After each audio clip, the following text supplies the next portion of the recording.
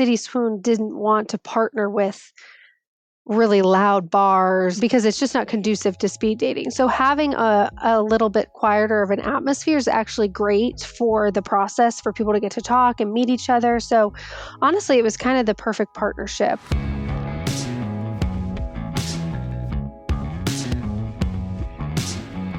This is the Box Office Podcast. I'm Rebecca Pahle, Deputy Editor at Box Office Pro, the pulse of theatrical exhibition. Joined here today by Chad Kennerk, Box Office Analyst at Box Office Pro. Chad, we haven't seen you in a few weeks. How you been doing? I know. This is fun. It's great to be back on. I've been good.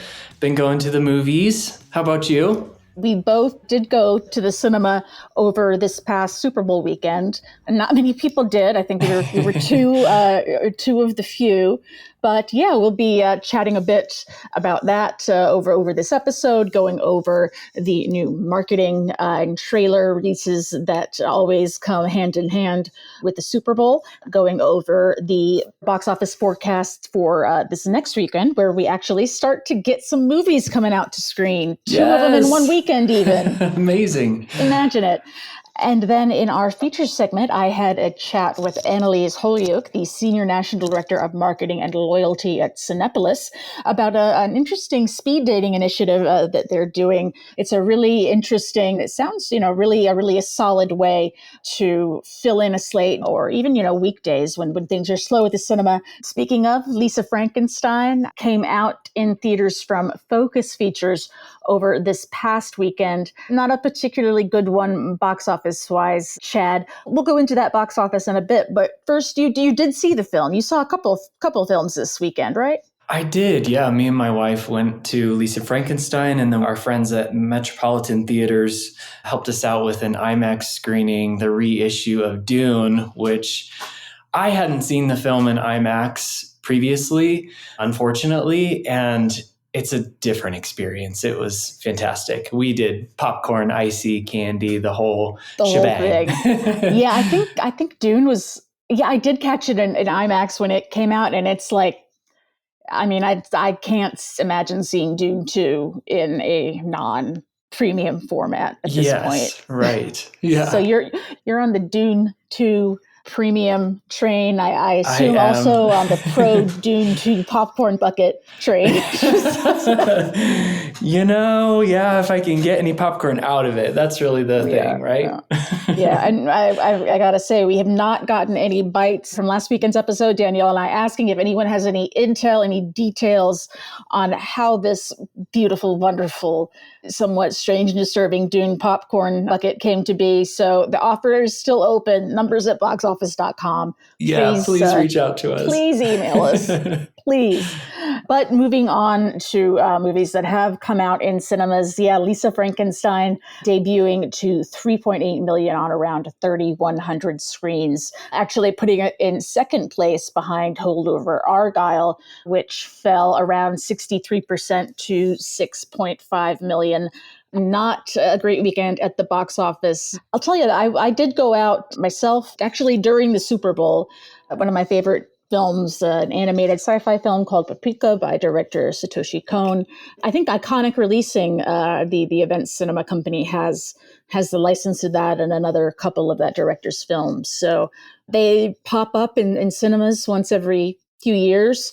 It pops up. I'm always going to get out and see that. It was weird, though, because there were actually a solid number of people in the auditorium for a Super Bowl release of a decades-old film that was just out for a weekend. But the actual theater itself was just empty. It was somewhat eerie. I bet. It's a somewhat eerie movie, so it worked. Fitting, man. But yeah, there we go. So Paprika, Lisa Frankenstein, Paprika an Event Cinema release, and then of course Lisa Frankenstein drawing in a few moviegoers. Definitely not as many as Focus Features would have preferred. Lisa Frankenstein is the 48th lowest Super Bowl weekend launch of all time. But you know what? We do have more movies coming up. Thank goodness. We're going to go over our box office predictions for this upcoming weekend. But first, Chad, of course, Super Bowl, if you don't particularly care about sports, about the Super Bowl, what have you, definitely I'm not among those who were invested in it. But you got to go in the day after and watch all the trailers that came out. I mean, that's definitely a major avenue for people who are maybe more casual movie fans to see what's coming out, to get pumped for some of this content.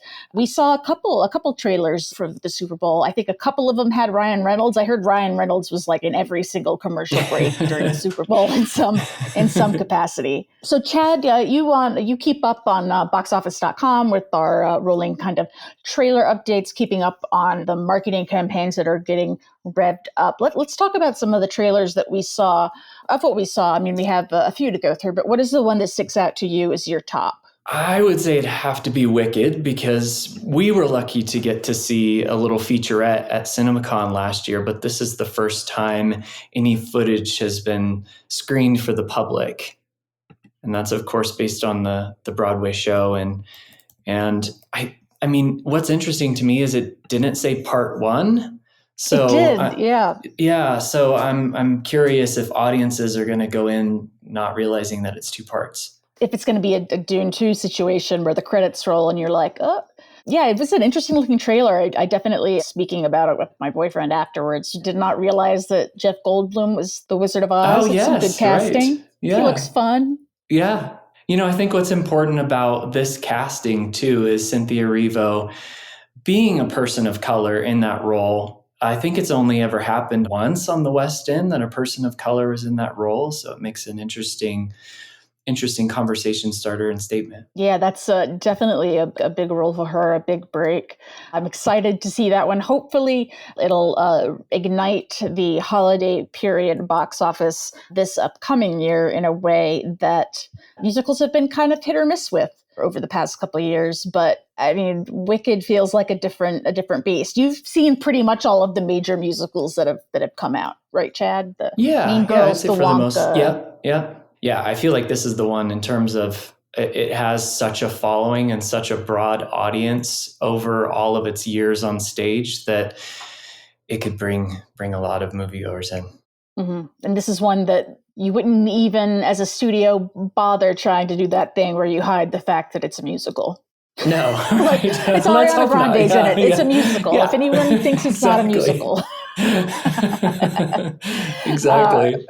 Yeah, moving into other titans of various art forms, obviously Wicked dominating the musical theater space for so long. There was also a trailer for a big game spot that prompts you to look at the trailer, rather, for two heavy-hitting children's franchises, those being Despicable Me 4 and Kung Fu Panda 4.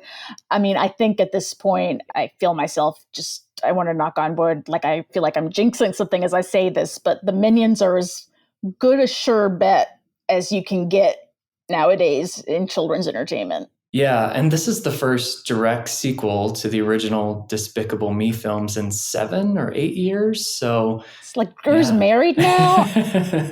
And then Kung Fu Panda 4, that one, I mean, Kung Fu Panda 3, when did that one come out, Chad? Because I know it's definitely been a while since we've seen that franchise hit the big screen. Right, that was 2016, so it has been a while. So that's interesting to me because, it invites the comparison to last year, Puss in Boots. Mm-hmm. That was another, very, very beloved, very kind of nostalgia-friendly franchise, the Shrek universe and Puss in Boots and all that. And yeah, that was one that really had legs at the box office, or pause, if you will. But I'm bummed. Oh, gosh. Sorry about that. Yeah, but I mean, I think we could see similar results here for Kung Fu Panda 4. Yeah, I think it's one that could have that nostalgia pull for audiences that grew up with the original. As our chief analyst, Sean Robbins, did point out in his box office long-range forecast for Kung Fu Panda 4, which you can check out if you go to boxofficepro.com, there have been, like TV shows, and there's been a lot of non-theatrical release Kung Fu Panda stuff in between periods, so maybe it won't quite have the novelty draw if we haven't seen this at all in. But, who's to say here? Kung Fu Panda coming out March 8th. Definitely a very, very welcome addition to the movie slate, along with Inside Out, which also, I believe that one had a trailer, a Super Bowl spot, some kind of promotional event during the Super Bowl as well, right? Yeah, we saw some game spots for films we've already seen trailers for. A Quiet Place Day One, that trailer came out prior to the Super Bowl, and same with Kingdom of Planet of the Apes, and then also If, Monkey Man, Inside Out 2. But the big reveals, other than Wicked, I would say, are Twisters and Deadpool and Wolverine. Twisters. Oh, man. I have been ringing the bell of I want more movies about dramatic weather. And then Twisters comes along. Glenn Powell having quite a year between, Anyone But You. And then obviously a little bit longer back, Top Gun Maverick, that really standout supporting role. I'm excited, though. I will say I rewatched the first Twister again. Oh, I haven't seen that in such a long time. It's so odd because it's Bill Paxton, it's crazy weather, it's still good, it holds up, but I don't know if you remember at the time it came out, like it was such a groundbreaking thing in terms of like CGI, like the trailer shot of like when the cow blows past, like it was a big like, oh my gosh, what they can do with computers. Yeah. And you watch it now and that part of it does not at all. But did his belt held on to the pipe, right? His belt held on. Bill Paxton, 90s era special effects might age poorly, but a good Bill Paxton performance, that's evergreen. Yeah. So yeah, I'm definitely excited for Twisters. And Chad, in Deadpool versus Wolverine, there wasn't much Wolverine in the trailer we got, right? But we did get a little winking nod to like, oh, we're a Disney franchise now, and yet we're talking about R-rated things. Yeah, which was great. I feel like that leaving Wolverine a little more of a surprise is on purpose, and I'm sure that the marketing will continue to play into that rivalry between the fake rivalry between Hugh Jackman and Ryan Reynolds. I think it's one that for those who've been maybe a little burnt out on some of the superhero films, on what Marvel's been doing across all the different platforms, I feel like this is one that's going to bring a lot of fans back to Marvel. Because it does look like it takes place, within the MCU. Obviously, it involves some of that different parallel universe stuff that was mainly explored on the Disney Plus shows. So it seems like something that touches on some of this stuff, but doesn't necessarily require that you have been keeping up with everything. Yeah, and I feel like with the tongue-in-cheek, there's also an opportunity for Marvel to kind of wink and poke fun at themselves and maybe kind of reset some more things. It's interesting. I'm definitely curious for that one. I like the first two films, Deadpool 3, or as it is officially known, Deadpool and Wolverine. Deadpool 1, of course, was a big deal when it came out in February and proved that movies can make a lot of money even when they do come out in February. Sadly, this one is not coming out in February. We will have to wait until July 26th. It's getting that big summer release corridor. It seems that Disney definitely has a lot of confidence in this one. I feel like pretty much everything Ryan Reynolds touches turns to gold at this point-ish. Yeah, and he's also in If, which had a game day spot as well. John Krasinski's next film. That one looks fun. Another original IP, this time for kids' movies. And my favorite, aside from Twisters, we saw the trailer for The Fall Guy, or a clip for The Fall Guy, or something, for Fall Guy with Ryan Gosling and Emily Blunt. That one just looks very fun to me. It definitely seems like they're leaning into the Kennergy that Ryan Gosling is boasting right now. Yeah, absolutely. So yeah, that one coming out, not based on original IP, I think based on the TV show with Lee Majors from the 70s. 70s, 80s. So the trailer had big Kennergy, so I'm just pumped for that. That one not coming out until May 3rd. A little closer, though, we have, as we alluded to in the beginning of this episode, we have movies coming out in a few days, Chad. Yes. Not just finally. One movie, but two movies. Two. Oh my God, who thought we would see the day? No, it's great, out in theaters in wide release this weekend. We have Bob Marley, One Love, and the Sony Spider-Verse adjacent Madam Webb. We'll get into predictions in a little bit, but first, Chad, you caught Bob Marley in a screening, right? I did, yeah. I had a chance to speak with Terrence Winter and Frankie Flowers, who wrote the screenplay. With biopics, you can tell the cradle to grave kind of story, but with this, I really appreciated that they honed in on a specific period of his life and tried to show what was happening with him in that time and use that as an opportunity to maybe talk about his childhood as well. So some good Bob Marley songs in there, of course, and good performances. Great. That sounds interesting. You can check that out in theaters this weekend and go to boxofficeperk.com to check out your interview with the screenwriters of Bob Marley, One Love. Chad, for this one, it is out on Valentine's Day from Paramount Pictures. We are predicting an opening range of 16 to 21 million and a total domestic range of 55 to 90 million. We've definitely seen over the past 2 years some biopics of those really big musical names that have come along and not really captured audience attention. I'm thinking the Whitney Houston biopic. Right. Yeah. There was a Aretha Franklin biopic with Jennifer Hudson fairly recently. So, this one we'll see. It's definitely at a point in the calendar when I feel like people are going to start to be jonesing for a trip to the movies. So it could definitely benefit there. Also coming out in cinemas over the weekend, we have Madam Webb. We have that opening at 15 to 24 million from Sony Columbia, with topping out domestically. We have a range of 42 to 78 million. Just as we're recording this on Tuesday, the review embargo broke, and it's not good. The reviews are, That's interesting, because even Dakota Johnson had that quote recently about how working against blue screen was mind-boggling, and she didn't know if it was going to be any good. But I did actually see another reaction along the lines of like, yes, this movie is not good in the traditional sense of the word, but someone compared it to Venom, also a Spider-Man spinoff in the Sony verse, in the kind of sense that it's very entertaining. And I like both Venoms. So, I feel like this could be one that potentially could have some word of mouth and get a bit of a following. I mean, look, it's been a couple months since we've had like a good just popcorn flick. So maybe, like you said, people will be jonesing to go back to the theaters and they'll catch this. Dune 2 comes out on March 1st, but if that's not necessarily something that you're into, or if you've already seen it throughout March, Madam Webb could be something that could pull a beekeeper and kind of get along on word of mouth and have decent holds. That said, don't want to get too ahead of ourselves there, because we could also be looking at a Morbius situation. Yes. Where there was word of mouth and it did become a very popular meme, but unfortunately the meme was about how no one actually saw the film or know what was in it. So. Yeah. And their marketing recently, they've been turning to the 4 reasons why you should see Madam Webb, Sydney Sweeney. So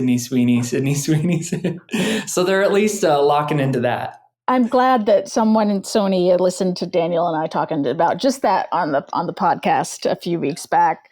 Yeah, definitely good to lean into that. And finally, our final release that we have, not a wide major release in the traditional sense of the term, but if you're following the exhibition landscape, you cannot overlook the earnings power that is had by event cinema releases of faith-based content, specifically The Chosen, season 4, episodes 4 through 6, coming out this Friday, courtesy of our friends at Fathom Events. Chad, let's remind me, what did, because the first 3 episodes of season 4, rather, came out a few weeks back, and it did... I don't think surprisingly well, because the Chosen franchise has always done well at that community building and really mobilizing the fan base to come see it in the cinemas. Can you remind us what that made? Its first week it placed second, and its second week it's here in 4th place, and it's brought in 12.5 million. So, the moviegoers that saw those first 3 episodes likely to come back for more. Hopefully they do, and hopefully that will be another nice little addition this upcoming weekend to the top 5 as we wait out February, wait for winter to be over, wait for spring to happen. Obviously, we have a long-range box office forecast that goes up every week, and we kind of continually update what our expectations for upcoming films. Most recently for Dune Part 2, we are looking at an opening of 55 million to 75 million. We still have the back half of February to go, including, well, we just passed Valentine's Day, but the whole season of romance. In keeping with that theme, Chad, as I mentioned at the top of this episode, I got a chance to speak with Annelise Holyoak of some really interesting movie programming, but also this speed dating initiative.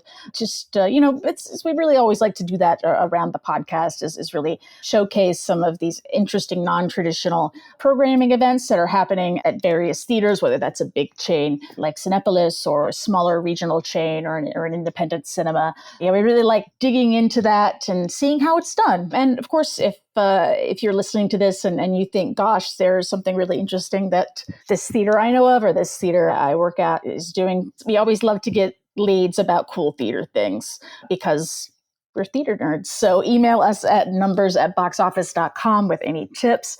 And with that, let us cut to Annelise Holyoak of Cinépolis.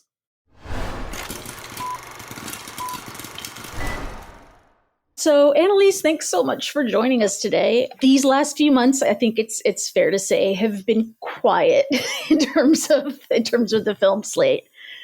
And Cinépolis is doing something. You're seeing cinemas, having to get creative, come up with different ways to get people in. Cinépolis is doing speed dating. Can you tell? I mean, give us the précis here. What's the gist of it? Yeah, so thank you so much for having me. I am really excited to share that we are doing speed dating. Like a lot of exhibitors, I think we're looking outside the box to try to bring in some traffic. We have at our chain specifically these big, beautiful lobbies, and they really sit somewhat empty during the evenings. And at a few locations, they do really well, but we have some locations where they're a little sleepier. And we wanted to figure out a way this year to just make the bars more lively. We actually joke we have a huge corporate office in Morelia, and a lot of people have gotten married at Cinépolis. So we kind of have an inside joke that, we are a speed dating. I know Daniel proposed to his wife at a movie theater lobby. I do know that. So I guess it's a thing. We've had proposals at the theaters, even people asked to get married at the theater. We've had a lot of, first dates. I'm sure that we can't even think of how many there possibly have been. A lot of, staff and things are young and they meet at the theater. And so love is in the air this time of year as well, with it being Valentine's Day month. So we thought what would be fun is to put together a speed dating series. We partnered with an amazing company called CitySwoon. They were based in Australia and have since come over to the US. It's all digital based, and they are seeing a huge uptick in their clients looking for in-person events. So one of the things that I think is so important about the movie theater business in general is the fact that, it's an in-person experience. It's a collective communal experience. And since COVID, I think people are sick of doing the dating app, swipe left, swipe right. It just even feels outside of dating, like you need an excuse to get out of the house. Exactly. And so we wanted to do something that brought people in and would be a fun experience. And they agreed and have been really great partners. So our first event is actually on Leap Day. So we thought, find love on Leap Day at the tail end of the Valentine's Day season, but also it's a lucky special day. So we thought it would be fun to try something out there. And we're really excited to see how it goes. Did you reach out to CitySwoon? Did they reach out to you? Like, how did your partnership element of it come about? We reached out to CitySwoon. We reached out to a couple vendors that we thought might be good, and CitySwoon immediately jumped on it. We had a great connection with them. So it just worked out that they wanted to get involved with us as well. And we picked a few locations nationwide to roll this out. We're going to start with 3 events and see how it goes, and hopefully do more of these, because I think our theme is Find Your Forever Movie Date. Like that. That's really cute. Thank you. Yeah. The movie theater is a first date for so many people. And we felt like the connection between the two was just really strong. And if you find someone who's, then you're already at the movie theater. So if you want to see a movie right then, go for it. Exactly. You can stay or you can come back and see a movie another time. What's really fun is the CitySwoon is very technologically savvy, and they have a fun app. It's all digital, so you can figure out who in the bar is also speed dating, and they do a really good job of actually putting All the on the logistics dates, of all it, the that, like, logistics. yeah. Exactly. Because I think that's interesting. I mean, as you see more and more theaters get more creative in the sort of events they put on, having like different types of spaces in theaters, they might want to branch out and try these things. But like, if you had to build it from the ground up, you wouldn't know how to build a speed dating digital. Like, you could figure it out, but it sounds like the key is really just like, you don't have to do it all by yourself. Like, you just go find some partners who can work with you to make this happen. And then it opens up your horizon so much more. Yeah, partners are really key to all of this. We have a great trivia partner. We're working on some, other partners in different spaces for different events and things. I think that absolutely, like, if we were to try to do speed dating on our own, it would be pretty difficult to get that audience, but also, just like I said, this company is so tech savvy and they have this amazing app that really runs the show for us.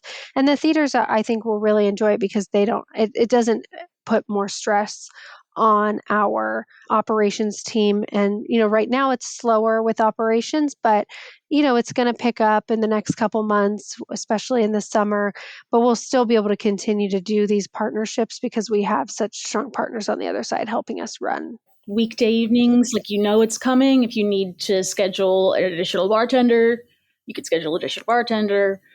That sounds great. Because I love like seeing all the movie theaters and seeing the huge spaces, but then sometimes I see the huge empty spaces with like, maybe there's a bar in the corner, but there's no chairs, there's nowhere to sit. It just feels kind of... Our lobbies are actually, that was the funny thing about it, is CitySwoon didn't want to partner with really loud bars because it's just not conducive to speed dating. So having a little bit quieter of an atmosphere is actually great for the process, for people to get to talk and meet each other. So honestly, it was kind of the perfect partnership, and we're really excited to work with them. That sounds great, actually. That sounds like you have a bar, you have a quiet, large space, and you have something to do afterwards if you want to. Yeah, we also, it is Valentine's Day month. So for our first event, we'll have a Valentine's Day menu that's available in all of the bars with a couple specialty cocktails that we have.